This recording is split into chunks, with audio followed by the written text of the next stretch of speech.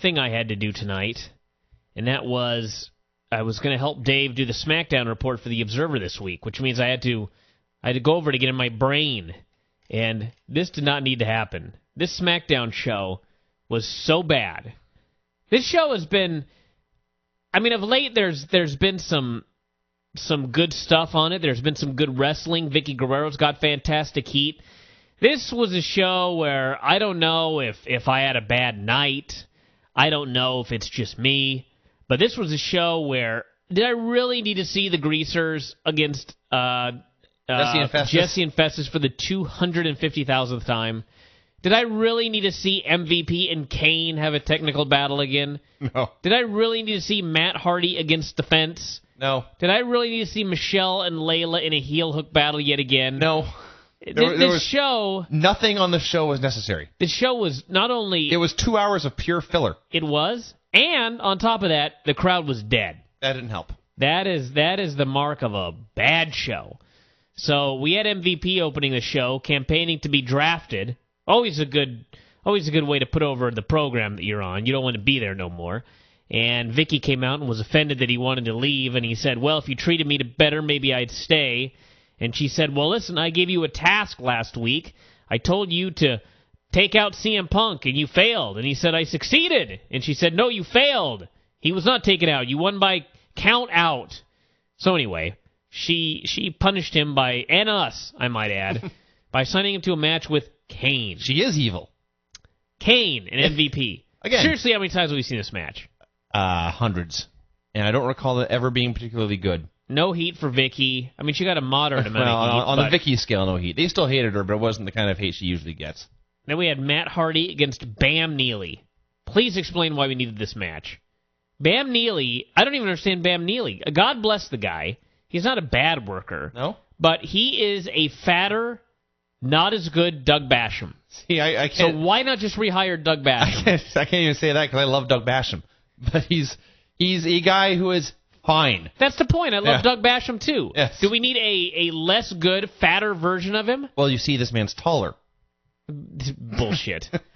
So anyway, it was fine. There was nothing wrong with it. It was pointless.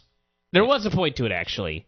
That being that Chavo grabbed Matt's foot, and so the ref ejected him, which led to the finish. That's true. That would lead to something later. And this led to Chavo going and crying about what happened. And Edge said, Vicky is going to take care of Charles Robinson, don't worry. He said he was going to take out Matt Hardy next week. I have not seen the spoilers, but I predict he's right. And he also said, listen, do me a favor, face Big Dave tonight. And Chavo was not down with this idea, but Edge said, trust me. Hell of a segment there. Michelle beat Layla with the Brazilian heel hook. They had Natalya watching on, and apparently that will be the match for the Divas title. Michelle McCool versus Natalya. Good luck, Natalya. Yeah. That's all I can say. It was, again, another pointless segment that was not terrible. Michelle used to be horrendous. Now she is merely there, and that's actually bad. She's improved too much to be entertaining. And we had Edge meeting with Vicky and the wedding planner. I guarantee Edge fucks the wedding planner. That's where this is going. That will be the cause of this breakup at some point. Anyway, he wanted to talk about Charles Robinson, and she called him in, coincidentally at that moment, and said, I have seen some bias in your work. Like when you sprinted to the ring at WrestleMania, when you tried to award the title to The Undertaker at Judgment Day. She said she knew he was a single father and he had responsibilities, but he had to visualize how his bias was perceived by the other superstars. So in the name of objectivity, she signed him to a match with Great Khali. I don't understand any of this except her being mean, but there you go. I had forgotten almost everything he had done. In fact, I forgot about the Sprintomania until you mentioned it just now. I will never forget that. I remember it now, but this could have used a video recap to indicate all the times where he has, quote-unquote, screwed Edge, whereas in fact he was just being a good referee, just to reinforce these guys here are being dicks. We had Vladimir Kozlov versus Jamie Noble. Boy, was this a failure. I guess there were things about it on TV that I thought were good because of the announcers, but the live crowd had no earthly idea what was going on. The story was that Jamie Noble attempted to beat Kozlov. In the middle of the match, he put on a guillotine. And the announcers were going crazy about how Kozlov was in a bad spot and he could submit at any time. Meanwhile, all the fans saw Jamie Noble have Kozlov in a front face lock. Nobody had any fucking idea what was going on. And then Kozlov beat him with a headbutt as he was coming off the top rope. And Mick Foley put it over, saying the wrestlers all gathered around the screen backstage to watch this battle and look for chinks in Kozlov's armor, and perhaps they'd found one. Commentary made this okay, but to the live crowd, epic fail. Well, the biggest problem was, we've talked about this before, but if you're going to do MMA holds in a pro wrestling match, you can't have a guy sit in the hold forever. Kozlov was in this guillotine for a long time, and worse, it looked like he was rolling around trying to get up and couldn't quite figure out how. Which, considering Jamie Noble weighs about 110 pounds, is bad for your killer Russian gimmick. That's bad. And the finish is noted. Apparently, Noble just got the wind knocked out of him, but he ate this headbutt to the side and was huffing and puffing and gasping for breath on the ground. It looked like it sucked. And also for Kozlov, he basically he took the blow like intentionally to compress his neck. That's bad. So I gave this finish a massive thumbs down. It looked like it fucked up both dudes, and that's bad. Then we had MVP versus Kane. Speaking of bad. Again, not only how many times we have to see this match, but Kane's supposed to be a giant, and MVP is like, I don't know, 6 feet tall maybe. Kane decides to wrestle his match with MVP like he's the same size. So he goes from being a giant to the big red technical wizard.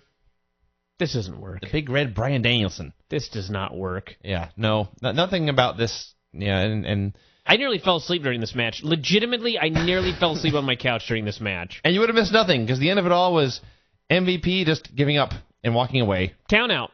Then, after all the time I spent watching that and struggling to stay awake, that was the finish. The promo MVP cut at the start of the show, where he was talking about how no one in the Familia is better than me, it seemed like, okay, these are the seeds of a long, slow face turn. And then he quit like a coward again. Face turn neutered. And we had Mark Henry coming out and beating up Kane. Boy, thank God for this draft. Something can now be done in the future.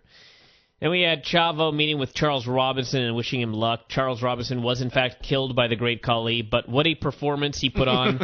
Charles Robinson was the best worker on this entire show. He was Little Nate again. He took the best bumps. He had the best selling of anybody on the show. He did a flare flop out of respect for his idol. He was fucking great.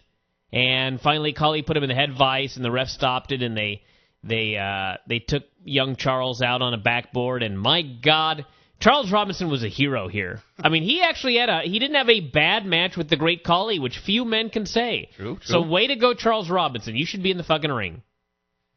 Well, what the hell, why not? If Khali can wrestle, if Deuce and Domino can wrestle, then why not Charles Robinson? But yeah, this is what squashes are supposed to be. The giant kills little guy, and little guy is helped out, perhaps to his grave.